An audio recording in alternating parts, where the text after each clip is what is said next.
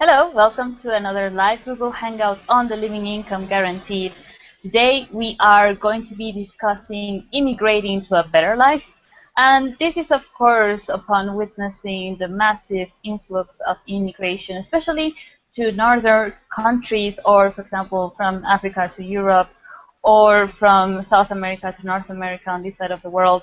And today we will be discussing this aspect a bit in terms of North America from my side, from Mexico to the US, and also with the Swedish guests that we have here today, Anna and Viktor from Sweden. Hi, guys.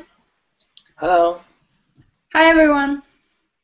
Okay, guys, so let's begin looking at this phenomena, which certainly has existed throughout our entire history, but right now there are very specific points of self-interest, of profitable aspects that go very much hand in hand with the current system that we're living in, wherein essentially humans are being treated as human capital, where people are seeking for better living conditions. But how would you say that this is actually back in first world countries such as Sweden? Anna? Yeah, so one of the things that we're seeing, especially in our city, is that there has been a massive influx of beggars on the streets, and it is extremely organized, and obviously it doesn't necessarily have an economic impact on the city or on the community, but it's certainly, I have seen it certainly having a social impact, in that this little country that is one of the richest countries in the world, that has one of the best infrastructures, that has one of the best maternity leave programs, is like the facade is breaking in a way, because suddenly we're being imposed and we're being confronted with a completely different quality of life, a completely different living condition. Basically, what Viktor was explaining earlier is that whenever we go to the supermarket, we see a person sitting and begging. And it is so organized so that every single supermarket and mall in our city has a person sitting there begging. Now, these are primarily people from Romania. And as most of us, or a lot of us know, Romania is a country that has for many years been in quite dire economic and political turmoil and difficult situation. So obviously it makes sense that people from Romania want to try and come and make a better life in Sweden. But what then happens is that this so-called open, equal society doesn't in fact embrace them or open its arms to them, and instead they're then forced to beg. And I haven't investigated the point of crime also going up, but that's obviously in many countries also a possibility, that people that immigrate, because they cannot make a decent living to the country they're immigrating to, they then have to turn to crime. And so what I found most fascinating is this point of how people in Sweden tend to talk a lot about their perfect system and compare themselves and, you know, see how good we have it, and then suddenly we're confronted with a life that is like, you know, it has nothing to do with us. But when they're sitting in front of our supermarkets, it becomes very real, and it becomes a part of our society in a very complex way that can be difficult to deal with, even on a personal level. Yeah, it's something that becomes really undeniable. I mean, me being a Mexican, that point of seeing people begging on the streets has been something that I've grown up with, and I've even come to make it a part of reality. You know, poverty is just a chronic disease here, so we just made it acceptable, and we learned how to live with it and not even question it further. But Viktor, you're from Sweden, because I have to clarify for the public that Anna is actually from Denmark and she immigrated to Sweden. But now let's hear about Viktor's perspective, who has always lived in Sweden. So, Viktor, what would you say then are probably the causes of this massive amount of people now going into Sweden, and how this point of self-interest from Sweden is also backfiring in the form of immigration? Yeah.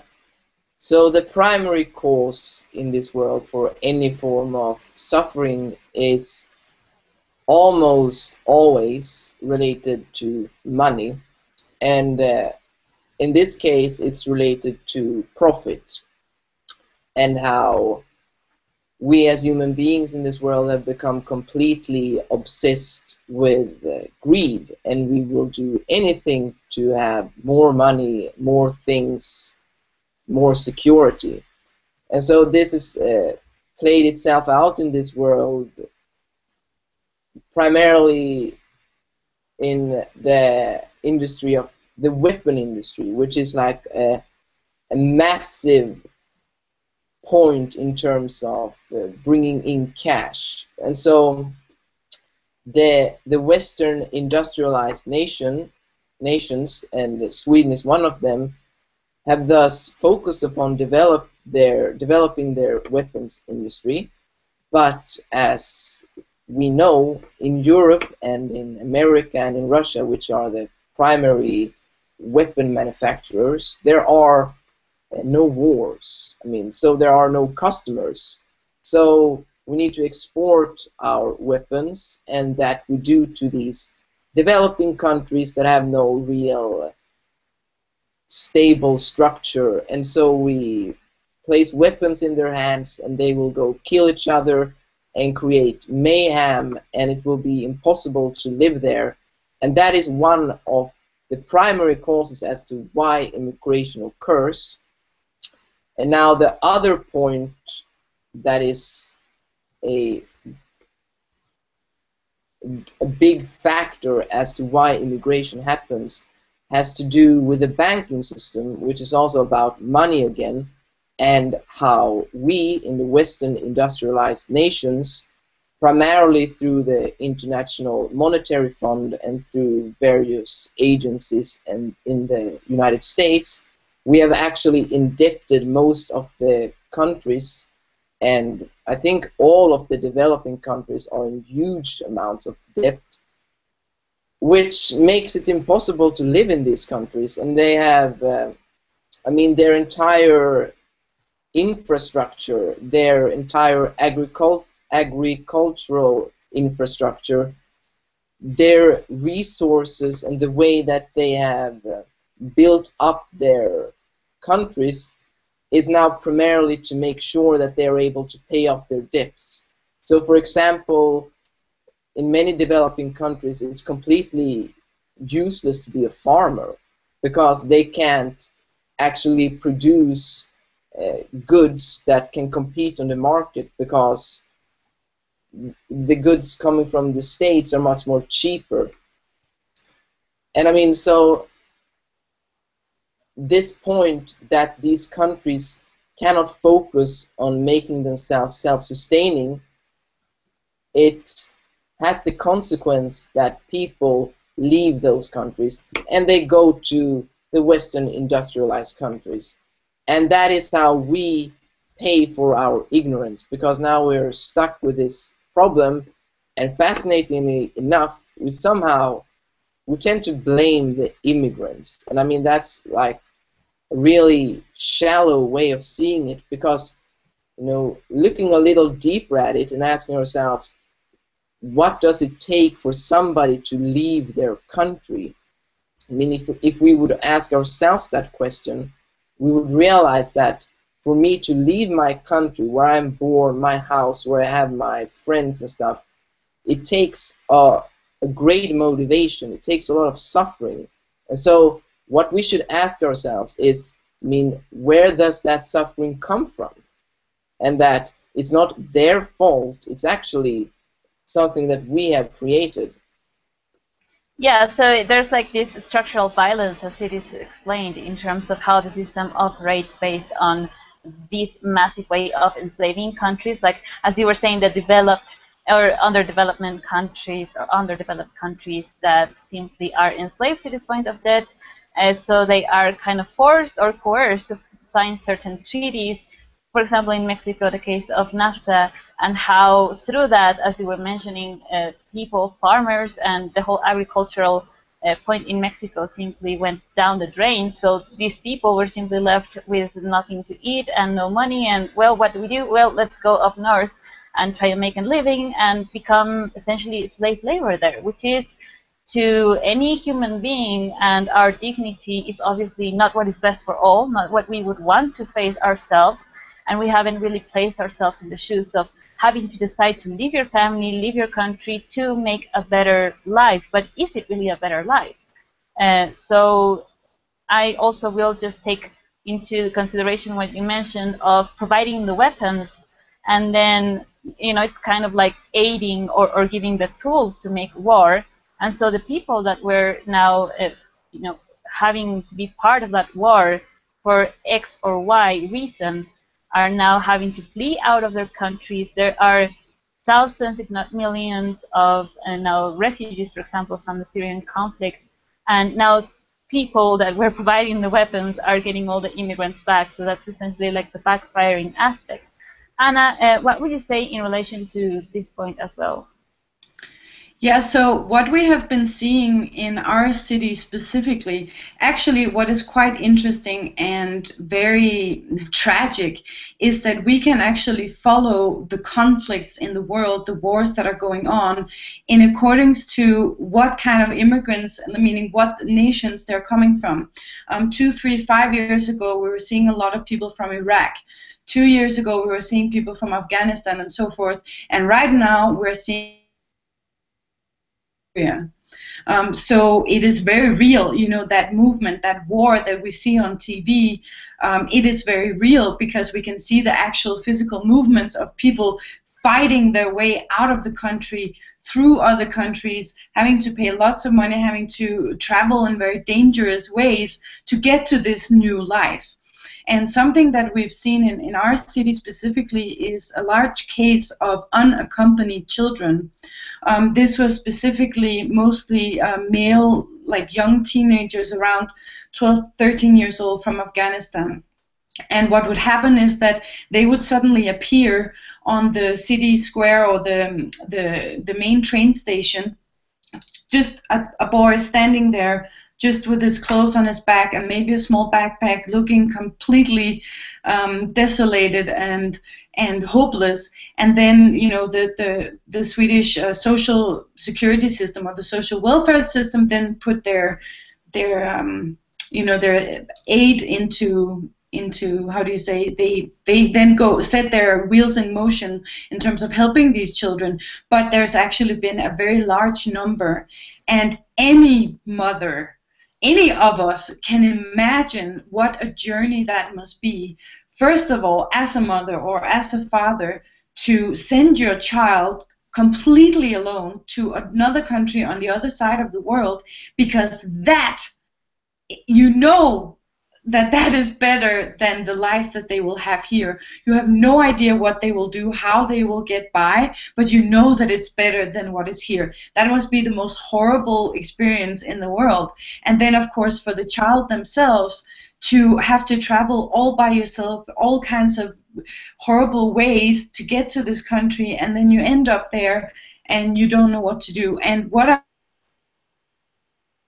theory, the reason why they specifically come to this city is because that there are, of course, other Afghan people, other Syrian people, and they have, the word has gone back to Afghanistan or to Syria that this is actually a city in the world where children are taken care of, where the social welfare system will take your child in and will take care of your child, or that there is a community of Afghans that will step in and help.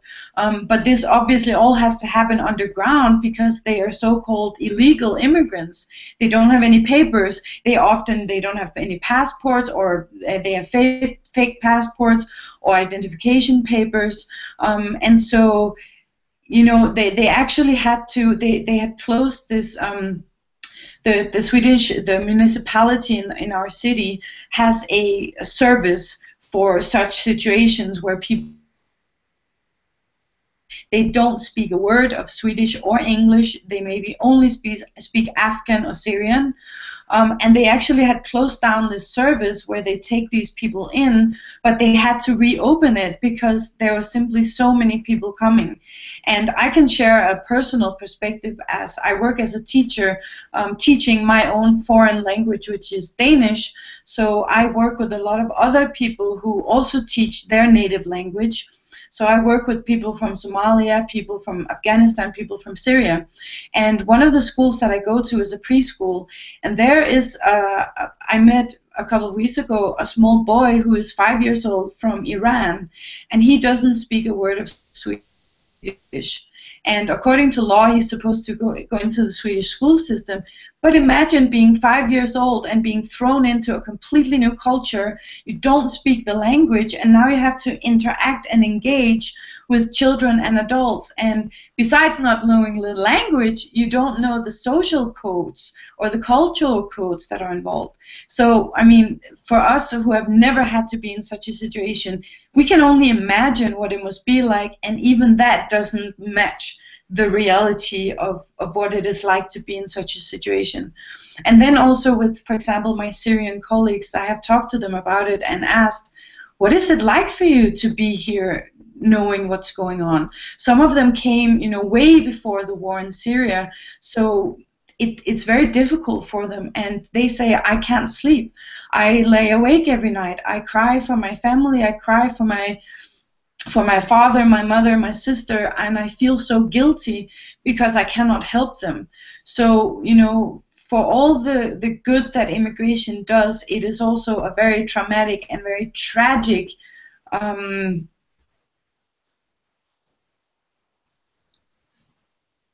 Yeah, it's also specifically when it comes to having to live in such conditions, in such massive turmoil, such as a war-stricken country, which is what's happening, for example, in Syria, Afghanistan, and that, as Viktor was also mentioning, all the interest there vested in terms of, for example, selling the weapons and the massive interest that goes there of military-industrial complex and so forth, that backfires now with people having to go to these countries, essentially seeking for asylum.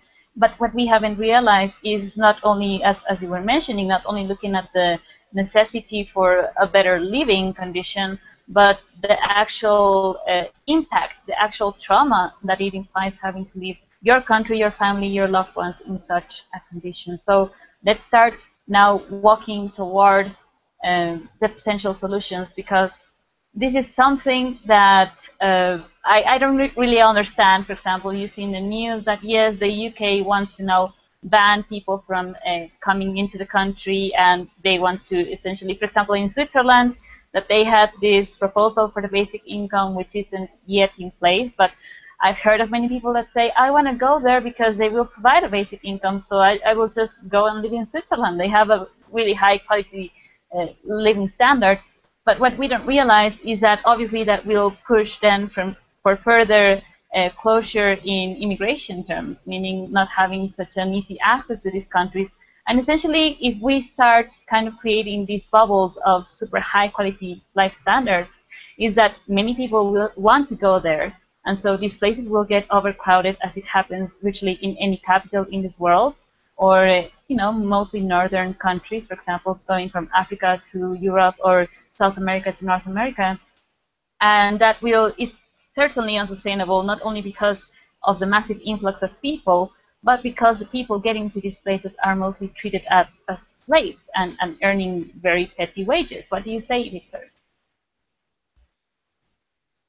Yeah, as far as solutions go, what we currently are doing as, you know, creating a immigration agency, enforcing our borders, trying to, you know, hiring more cops, making sure that only those that are granted asylum are actually allowed in the country.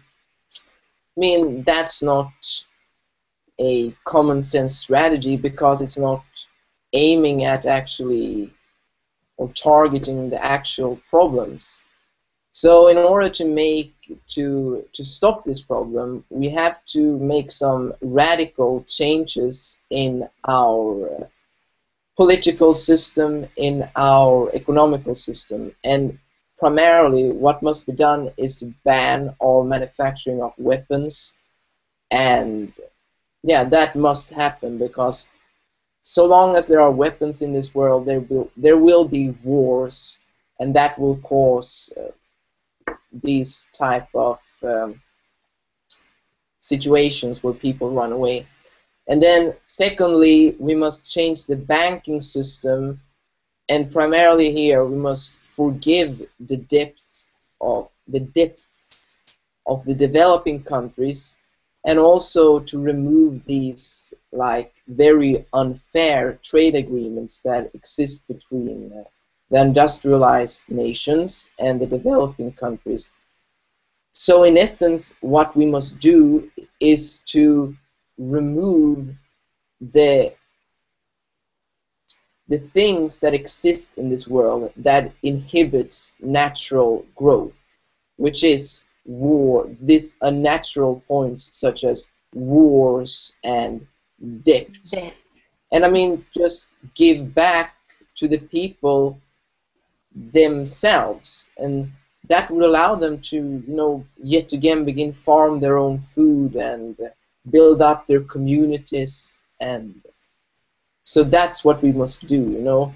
We must take a step back and look at how are we, through our economical and political structure, creating the problems that occurs in those countries down there. Yes, that's essentially what we also look at within the context of living income guarantee. But before I continue with explaining a little bit on that, we have a question, first of all, in relation to the topic that we placed as the title of the Hangout, which is from Nakte Jigar. I don't know if I'm pronouncing it right, but it said, he's saying, what does it mean to immigrate to a better life? Does that mean to immigrate to another country, or what? Yes, that's essentially what we have been discussing. When you see yourself in a position of living in poverty or simply aiming to get a better living condition, so you mostly aim to the countries that have a better living standard. But then you also ask, if I want to go, what is the procedure? I have also worked in foreign countries, but I am not happy here. I want to go Western, so how can I go? Well, essentially, anyone wants to give perspective to his comment here? Yeah, we cannot answer that. I cannot answer that. I mean, straight up, unfortunately. See, that's exactly the tragedy of this situation, because we're here, we and communicate, but we can't help each other. I mean, that's crazy, and I'm sorry to say, but I don't know the procedure.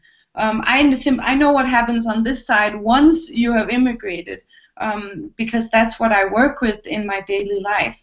So if this is something that you want to do, or anyone watching, I would suggest to talk to people in your community who have immigrated. And then maybe also, you know, make sure to get a realistic perspective rather than following the dream. Really make sure that you stay realistic, that you protect yourself, and that you make sure that you can support yourself economically.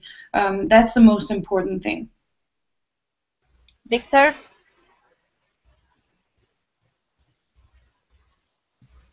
Yeah, I also do not know. I know that there are these rules, and that when you come to a country, you have to fulfill certain conditions, and that it's different for all the countries. And as Anna said, that, I mean, in terms of immigrating, that one should make sure that one do not follow a dream of the fantastic Western countries, because that dream is more rapidly becoming but an illusion. Yeah, very important aspect, and I would also add to the fact that we are precisely discussing this point because, yes, it's very common to fall from that perspective of, well, I want to live better and it should be easy, but we're also then exposing their perspective from Sweden, how they see it is actually a very tough situation, and we would really not want immigration to be something that has to be done only because of money. I mean, the aim, in essence, with the living income guarantee and the solutions that we also foresee could be done is that instead of having countries living in absolute poverty and getting this very small foreign aid, for example, from other countries, and trying to kind of get some kind of aid here and there, and you know, develop the countries further. Why not instead empowering the country to be self-sustainable, self-reliable, so that people do not no longer have the need to, for example, go and immigrate somewhere else seeking for a better life, but instead being able to remain in your country, strengthen your own nation, become a workforce of value that create also a better living standard, not only for yourself, but for your entire community, society. And that's the aim here, to no longer, if you see that you're only immigrating because you feel like it's going to be a better living condition, that's why there's the question mark in that also in the title of the hangout, because this is something that as we are suggesting, that you really reconsider and instead look at how you could become rather a point of change, or change or promote the point of change in your own nation, in your own society. And of course, this won't come most likely from the underdeveloped countries, as they are mentioned, or third world countries, but we're talking about also Europe, for example. If Europe wants a way to stop the massive influx of immigrants, then countries that are in the best positions have to aid those that are in underdeveloped conditions, and so support them to be self-sustainable, to have a good living condition, so that no more people have that need to essentially have to flee out of their nations. So, can I add something to that, Marlen? Yeah, sure. Yeah, I was looking at the point of how, you know, the countries that people immigrate to, like the US or countries in Europe, their social structures and their economic and political infrastructures are not built to handle immigrants. You know, the immigrants, it's like an extra factor that is considered only because we have to. So that's a very important point to consider, is that you're going to end up in the back of the row. The expenses that you're going to bring with you, or the expense that you're going to be as a human being, and I'm not speaking specifically to you, but in general, that's going to be at the end of the priority, because first, we're going to take care of our own citizens. And so this is also why immigration is handled so poorly, because it isn't already integrated into the infrastructure of a country. And then, instead, the solution considered is that we will give foreign aid. You know, we will just send money down there, or as Viktor was saying, we will lend. They can go off and they're then supposed to take care of themselves, but it doesn't work that way. And so a point that I'm also seeing is that we're talking so much about the global economy, and one of the reasons people are even able to immigrate in the first place, that they even can leave one country and go to another, is because of the global economy. And from a global economy perspective, we want people to be able to move. We want people to be able to seek work in other countries. But the thing is that there is no global social responsibility. So we have a global economy, but we don't have a political infrastructure or a social responsibility policy that follows that economic or that global economy. And so that is country, you know, has to actually begin implementing and looking at these points, because otherwise, as we've been talking about, they're gonna face the dark side of the immigration in one way or another. Yes, I absolutely agree with that. And also, as Viktor was also mentioning, the aspect of how you know, countries in poverty have been essentially enslaved with treaties to become part of organizations that are essentially asking them to pay these unsurmountable debts that are just mechanisms to keep countries in this almost like eternal development phase, which is absurd. So the debt forgiveness aspect is very important, along with also banning all forms of warfare, which is also yet another reason why immigration is created as an outflow. And also to consider that if we want immigration, it would be in the best conditions. So we were also discussing before the hangout about the redefinition, for example, of a citizen, because within this idea of I come from this country, so as you were mentioning, Anna, you know, we will only focus on, first of all, providing for our citizens and looking after them, and then immigrants come like afterward. what's like the cognitive dissonance that goes in there in terms of who we are as human beings, our dignity, our living rights that go beyond nations?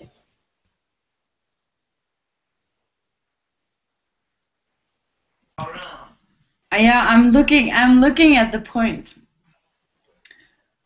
Well, I actually did a vlog recently in terms of looking at the point of how there are no actual borders, that borders are imaginary limits that we set up. And this is the exact same that, and it's so fascinating because we have these human rights that claim everyone is equal. And like I mentioned earlier, especially a country such as Sweden that really boasts itself on being such an equal country. But yet, when that person steps over the line and steps into this country, they are in all, for all purposes, in all functions in their practical life, they are less than me. As I have explained, or that you explained, I immigrated from Denmark, which is the neighboring country, and I have almost equal rights with Swedish citizens. I can go where I could just move to the country. I didn't need to have any work proof or license or anything. I could just go and move because I am considered to be superior because of my country of origin or my citizenship. Scandinavian, yeah. Because I'm Scandinavian, and it see and to meet with people from other countries who have struggled to get here, who struggles on a daily basis. So I don't know if that answers your question. Yeah, for sure, because that's precisely the kind of specialness that we also create. Like, okay, you're from Denmark, so you're not that alien or foreign and so forth. And talking about aliens, that's, for example, one of the derogatory terms used for immigrants such as Mexicans to the US. And let's talk a little bit about that as well. I'm also interested in hearing how has society been impacted with, or how do they react to these immigrants at the ground level, so to speak? Are there any forms of name calling, stigmatization, or is there rejection, discrimination, etc.? Viktor, or Anna, whoever. Yeah, well, it's actually extensive racism that goes on in Sweden on a very grassroots level. So it's not seen so much on the top in the politics with the ministers and the top shots, but for example, where I grew up, which was in a small suburb in a agricultural town where the education level was pretty low. I mean, there it was, the normal state of being was racist. And I mean, I think it has a lot to do with the fact that we know that when someone comes into our country, that they must be fed, they must be given a home, and they must be clothed, etc. And they will become a burden. And so it's like a form of fear. And that fear is what becomes racism. Yeah. So, yeah. It's extensive. That's how I can end it. Yeah, I can say a little bit also from the perspective of America in relation to Mexicans. And I was also considering how people usually look at immigrants as this very heavy weight upon the economy because, have these massive millions of people coming into the country. But, for example, in America, the country would not be able to be functional without that very important, let's call it like it is, unfortunately, slave labor that comes from Mexicans, and that even now, for example, the situation going on in the border and these detention centers, they are actually using the immigrants as slave force, meaning they work for what, $1 a day or something like that, and then they decide whether they deport them to Mexico or just use them, continue to use them as slaves. And I mean, where is any form of human rights or any form of dignity considered within this? No. And these are people that were simply looking for that better life. So that's why it is absolutely really hideous, a hideous situation that's going on also in the northern border of Mexico. A lot of people are being now deported, people that were born in the United States, and just because their parents are Mexicans are now being simply deported, and they don't have anyone in Mexico any longer. They don't even speak Spanish. I mean, that kind of cultural and social impact is simply really shameful, but also traumatic for these people. And we don't realize that it is actually the consequence of this entire economic system that has driven people to, first of all, go there, and now having even families having to be split because some are being sent back to Mexico and some others can stay in the US. And I mean, how is that even acceptable that families are being broken just because of this notion of, oh, you are legal or illegal for that matter? And we have a comment from Gabriel Aceres. He's saying here in Mexico there are a lot of concerns about the immigrants that go to the United States, yet it is not discussed what we do to the people that comes from Guatemala or Belize, which is very true as well, where we reject them and apply the same so-called racism that the USA does to us. This is a really cool point. Yeah, for sure. There's also a movie that I suggest watching, Sin Nombre, and yes, it's precisely about the situation of the South American immigrants crossing through Mexico up to the border in the U.S. and it depicts that situation and how even gang formation of the Maras, for example, goes throughout this process of having to simply also take care of yourself as an immigrant due to the massive abuse that goes on. So it is really shameful and really unbelievable that in this day and age we're still treating people that seek a better life as criminals. What do you guys say? Well, I would like to add another perspective to that we also talked about before the hangout started, in relation to this perspective that Gabriel brings in, that okay, but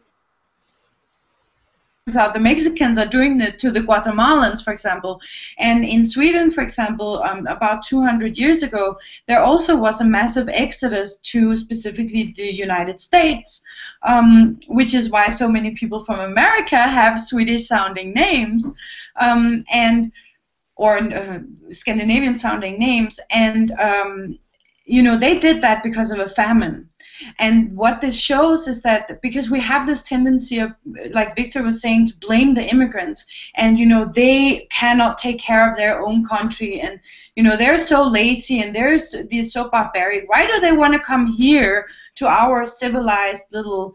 But you know, it's all relative, and it's, you know, you never know when a tornado or a flood come upon you. And also wars, you know, wars aren't just isolated to something that is created within that country. There are so many interconnected relationships going on that we really ought to look beyond that point of seeing cultural superiority or inferiority, and understand that we are all the same and we're all on this planet together. And so whatever we do will affect each other, maybe not now, maybe not so directly, but in the end, or in, you could say, in the threads of our interconnectedness, we are all influencing each other. Yeah, a point that we can no longer play as the fools, you know, like I have this nation, therefore I behave this way toward this or that people from this other nation. That's really like the old mentality that we certainly have to break through, because we're all part of this world, we're all equals, and so we have to learn how to treat each other that way. And as we know, that treating each other that way is not only how we relate to them at a ground level, so to speak, but also how we can ensure that no person has to be suffering this kind of lacks and discrimination and hatred to one another. But it really also begins at an individual level. We have a comment from Reginald, and I'm going to read it. What I see is that racism grew and tolerance has become less due to immigrants, because immigrants send the money back to their countries where it's worth more. Should there be regulations on this to prevent abuse of the local systems? What would you guys say?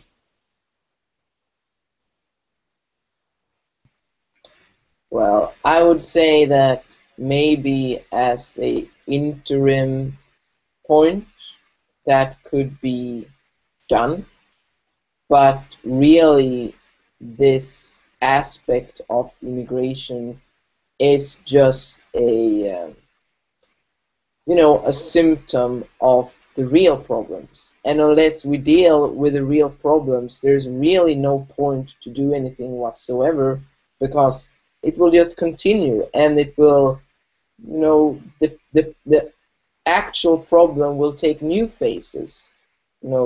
If we put regulations on that, then maybe they will find some other way to send the money, or they will buy gold and send them in letters. Or bitcoins, etc. Yeah, it's really not sustainable. Yeah. This is a very cool question to consider, just very quickly, because we also place that prevention is the best cure as part of the image to this hangout for those that realize it. And it's precisely to not go, for example, now having to prevent people from immigrating to one country or another, or close the borders, or place more regulations, because it's been proven throughout our entire history of how the system has worked that none of that really functions as a real solution. It always can be simply evaded and avoided in one way or another, especially, for example, when you have now many digital ways to send money as well. So yeah, now you can continue, Victor. Yeah, I don't remember what I was going to say. Okay. We have another comment. So Reginald, just for the sake of giving clarity to this, what we are trying to do here, and the proposal in essence, is to precisely prevent immigration from this point of lacking money and this currency profitable aspect, which means, as you were saying, for example, a euro is worth here 20 pesos or something like that, so it's quite a lot of money. And it's obviously great when people can do that, because obviously the third world country also benefits a lot from all the money that's being sent by people that go as immigrants to other countries. But that's not the real and genuine way to also empower a country. I mean, the growth has to be by the work by the people working in the country, and not only being sent through this mechanism of immigration. So we have to empower the country to be self-sustainable and to be able to simply grow by their own people, and not having people go through all of this suffering that we're mentioning here. We have another comment from Gabriel. He's saying, in regards to what was said about people born in the USA that were deported, that is the same tactic that the Nazis applied to the people who were born from Jews, grandparents, and even if they were already recognized as Germans. So yes, it's part of the whole aspect of how we come to be totalitarian in a way, with regards to our nations and the economic aspect and interest, and even racism that is implied there, of course. So it's obviously not acceptable, and it goes against what should be part of our natural law.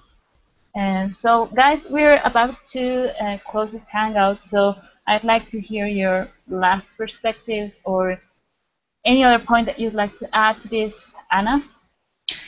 Yeah, so I was looking at this point you were talking about with people sending money back, and how an important point to consider is that, like I was talking about before, we tend to see things in superior and inferior, but also this point of victimizing immigrants, that they are now innocuous in every and all way, or we as immigrants are innocuous, but it's all the same human nature. And so obviously people will send, I hear people from other countries talk about, you know what, in my homeland I could build a house with 16 rooms for the same money for a small apartment here, so why not?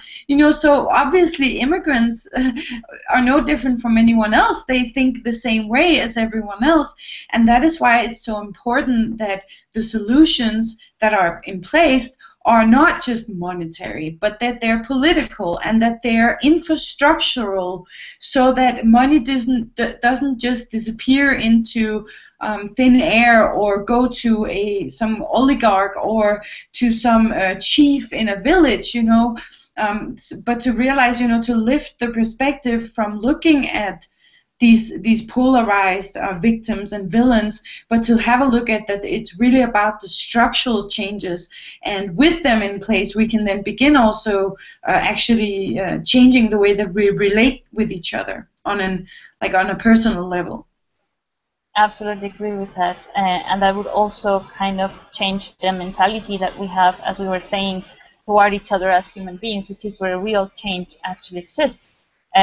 From that change, from that consideration to one another as equals, as I support you because I don't want to see you suffering or having to see you having to leave your family or your country just because you don't have money, then we work together as humanity, obviously, first beginning with each one's country, to precisely inform people about this, about the culture that would be required to support another, not only at a monetary level, as you were saying, but the social and political infrastructure, especially educational aspect that has to be integrated into that as well. Viktor?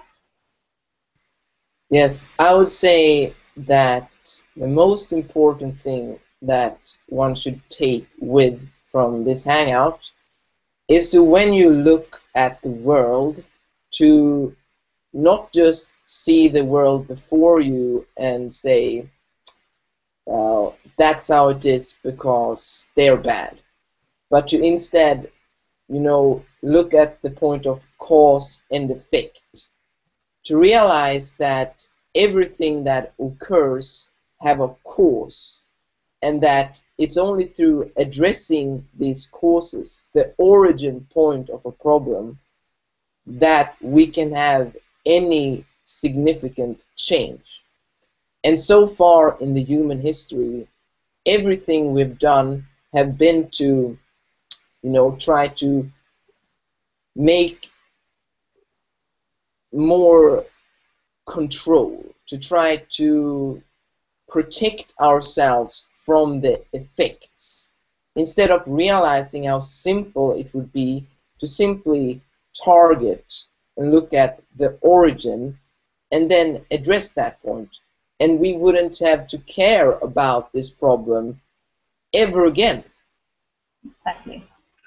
And it goes hand in hand with prevention is the best cure. If we don't want immigration to be now a very load upon nations and not knowing what to do now with it, and not knowing how to best restrict from the massive influx of people, then stop the wars, stop the massive debt upon the third world nations, and from there also realize that the moment that we start taking this into account as our own reality, that this is a consequential outflow of this, how this entire system is structured, then we will begin looking at the cause and source of the problem, which is in essence why we haven't supported each other to live in the best possible way. And what the Living Income Guaranteed is precisely is a model that can provide the very basics, the very basic steps and or foundation for an entire nation to become or start to become self-sustainable, self-reliable, and to start that genuine economic growth that doesn't have to come, for example, from the money that is coming from immigrants in other countries, or having to slave yourself away for money or any other condition that we surely don't want for ourselves. And so we have to start considering that we have to place solutions that no longer immigration is done in this very necessity of needing money, needing a better life, but how to instead implement a better life, the good life, from the get-go as how the system operates, which is the aim within this all. So thanks a lot, guys, for being here and for your time and for sharing. How is it everything going also in Sweden? Do you have any last comments? No, we've covered our bases here. Yeah. Cool.